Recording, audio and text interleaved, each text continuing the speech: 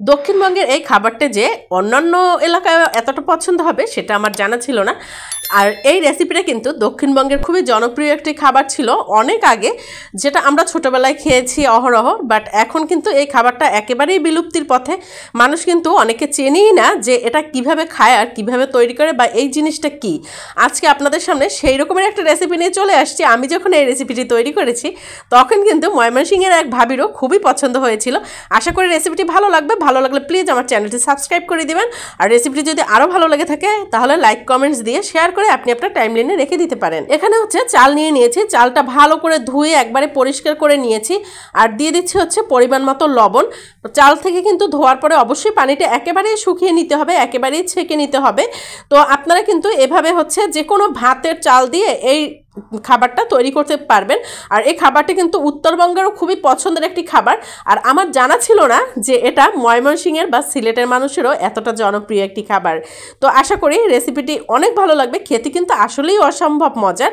তো এই যে দেখতে পাচ্ছেন লবণটা দিয়ে দিয়েছি। লবণ দিয়ে খুব সুন্দর করে হাতের সাহায্যে মাখিয়ে দিতে হবে যাতে সম্পূর্ণ চালের গায়ে লবণটা মিশে যায়। একটা কড়াই নিয়ে নিয়েছি, সেই কড়াইয়ের মধ্যে হচ্ছে অল্প অল্প করে চালগুলো ভেজে নিতে হবে। একবারে কিন্তু সব চাল দেওয়া যাবে না, তাহলে কিন্তু চাল ভাজাটা খুব সুন্দর হবে না। তো এরকমের করে নেড়ে চেড়ে খুব সুন্দর করে চালটাকে ভেজে নিতে হবে। খেয়াল রাখবেন হাই হিটে কিন্তু চাল ভাজা যাবে না, মিডিয়াম আঁচে চালটা সুন্দর করে ভেজে নিতে হবে। তা নাহলে কিন্তু কালচে হয়ে যাবে, দেখতেও ভালো লাগবে না, খেতেও ভালো লাগবে না। বেশি পুড়ে গেলে কিন্তু তেতো হয়ে যাবে। তো এই যে দেখতে পাচ্ছেন আমি কিন্তু সব চালগুলো ভেজে নিয়েছি খুব সুন্দর করে। আর ভেজে একবারে ঠান্ডা করেই হচ্ছে আপনারা ব্লেন্ডারে দিবেন, গরম অবস্থায় ব্লেন্ডারে দিবেন না, তাহলে কিন্তু ব্লেন্ডার জারটা নষ্ট হয়ে যাবে। তো আমি একেবারে চালগুলো ঠান্ডা করে এই যে ব্লেন্ডারের মধ্যে করে দিয়ে দিচ্ছি।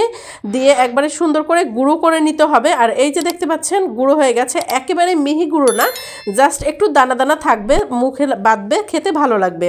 তো একে একে করে সব চালগুলো কিন্তু এরকমের করে আমি গুঁড়ো করে নিব। আর এই রেসিপি তৈরি করার জন্য আমাদের দরকার কিন্তু হচ্ছে চাল ভাজা, কলা, নারিকেল আর হচ্ছে চিনি, যেগুলো হর হামেশাই হচ্ছে আমাদের ঘরে থাকে। আর এই খাবারটা কিন্তু সেই ছোটোবেলায় আমার নানির হাতে খেয়েছি। ছোটোবেলায় বলতে যখন আমি স্কুল লেভেলে পড়ি তখন আমার মায়ের কাছেও খেয়েছি, বাট অনেক বছরই খাওয়া হয়নি।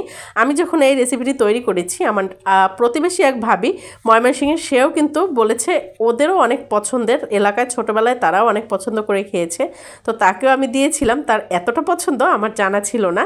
এখানে হচ্ছে হাফ কাপ পরিমাণে পানি অ্যাড করে দিয়েছি। আর দেখতে পাচ্ছেন এই যে 2 কাপের মতো চিনি দিয়ে সুন্দর করে একটা খুন্তির সাহায্যে এরকম নেড়ে চেড়ে তারপরে হচ্ছে লিকুইড করে নিতে হবে চিনিটা। আপনারা এখানে চিনির পরিবর্তে কিন্তু গুড় ব্যবহার করতে পারবেন, কারণ গুড় দিলে কিন্তু রঙটাও অন্যরকমের আসবে, স্বাদও অন্যরকমের আসবে। তো এই যে চিনির মধ্যেই হচ্ছে আমি 2টো এলাচ দিয়ে দিয়েছি, একটু ফাটিয়ে দিয়ে দিয়েছি যাতে ঘ্রাণটা সুন্দর পৌঁছে যায় সব কিছুর সাথে। আর এই যে গুঁড়ো করে রাখা যে চাল ভাজা ছিল সেগুলো হচ্ছে এখন দিয়ে দিলাম। আপনারা বাসায় অবশ্যই ট্রাই করবেন, দেখবেন আসলেই অনেক মজা। আসলে বিলুপ্ত হওয়া খাবারগুলো কিন্তু অসাধারণ ছিল। গ্রাম বাংলার এই খাবারগুলো কেন হারিয়ে যাচ্ছে বুঝতে পারছি না। আসলে বর্তমান যুগের বাচ্চারা একটু ফাস্টফুড আইটেমটা বেশি পছন্দ করে। আগেকার দিনে মানুষের কিন্তু নিজেদের কলা বাগান ছিল বা বাড়ির আশেপাশে আঙিনায় কলা গাছ ছিল। তো এরা কিন্তু দুপুরের রান্নার টাইমে এই রকমের ঝরঝর করে বানিয়ে ফেলতো, হর হামেশাই বানিয়ে সুন্দর করে বাচ্চাদেরকে দিত। আর বাচ্চারাও খুব পছন্দ করে খেত, তার মধ্যে আমিই একজন ছিলাম। তো আমার কাছে খুবই পছন্দের। আশা করি আপনাদের কাছেও রেসিপিটি ভালো লাগবে। ভালো লাগলে প্লিজ আমার চ্যানেলটি সাবস্ক্রাইব করে দিবেন। আর হচ্ছে ফেসবুক পেজ থেকে দেখে থাকলে প্লিজ পেজটি ফলো দিয়ে সাথেই থাকবেন। আর দেখতে পাচ্ছেন আমি কিন্তু নারিকেলও দিয়ে দিয়েছি, কাঁচা নারিকেল। তো এখানে চিনি আর নারিকেলটা সুন্দর করে মিশিয়ে নিয়েছি। আর এই যে চাল ভাজার যে ছাতু, সেগুলো এখন এই যে মিশ্রণটা ঢেলে নিচ্ছি। আর এটা হচ্ছে চাল ভাজার ছাতু। আর এই ছাতু দিয়ে কিন্তু নানান রকমের খাবারই তৈরি করা হয়।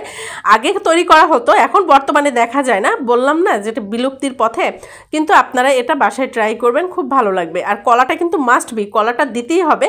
কলা দেওয়ার কারণে কিন্তু স্বাদটা অনেক বেড়ে যাবে, আর কলার জন্য কিন্তু বাইন্ডিংটা অনেক সুন্দর আসে। তো এখানে আমি হচ্ছে একটা একটা করে সব কলার খোসাগুলো ছাড়িয়ে নিয়েছি। আর পাশ থেকে কিন্তু আমার বাচ্চারা কলা খেয়েও নিয়েছে, যার কারণে আমার একটু কম পড়ে গেছে। তো আমি এখানে 5টা কলা নিয়ে নিয়েছি, নিয়ে এখন সুন্দর করে হাতের সাহায্যে এরকমের ভেঙে মিশিয়ে নিব সব কিছুর সাথে। তো আপনারা এরকমের করে বানিয়ে খাবেন, বাচ্চাদের খাওয়াবেন অবশ্যই, কারণ হচ্ছে এটা কিন্তু অপুষ্টিকর না, একবারে হেলদি একটি খাবার। তো এরকমের যখন সব মিশ্রণটা সুন্দরভাবে মিশানো হয়ে যাবে, হাতের সাহায্যে এরকমের করে আপনারা চেপে চেপে বানিয়ে নেবেন। দেখতে যেরকমেরই হোক না কেন, তো খেতে কিন্তু অসম্ভব মজার। আশা করি আপনাদের কাছে রেসিপিটি ভালো লাগবে। হারিয়ে যাওয়া খাবারগুলো কিন্তু আসলেই আমাদের সেই অতীতের কথা মনে করিয়ে দেয়, এতটা ভালো লাগে আমার, যেটা বলে বুঝাতে পারবো না। আসলে এই খাবারগুলো হচ্ছে আমার নানির হাতের, আমার দাদির হাতের, আমার মায়ের হাতের। আমি খেয়েছি, আমার কাছে ভালো লেগেছে, তো আপনাদের সাথেও শেয়ার করে দিলাম। যদি ভালো লাগে চ্যানেলটি সাবস্ক্রাইব করে টাইমলাইনে রেখে দিতে পারেন। আল্লাহ হাফেজ।